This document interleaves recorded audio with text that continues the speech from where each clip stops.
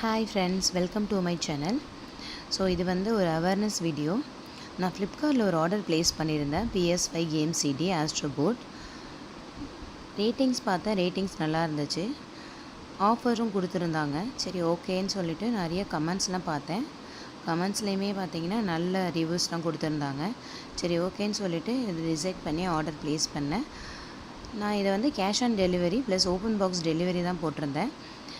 So பாருங்கள், delivery agent வந்து open பாக்ஸை வந்து ஓப்பன் பண்ணி காட்டும்போது எனக்கு என்ன வந்து டெலிவரி ஆகிருக்குன்னு பாருங்கள்.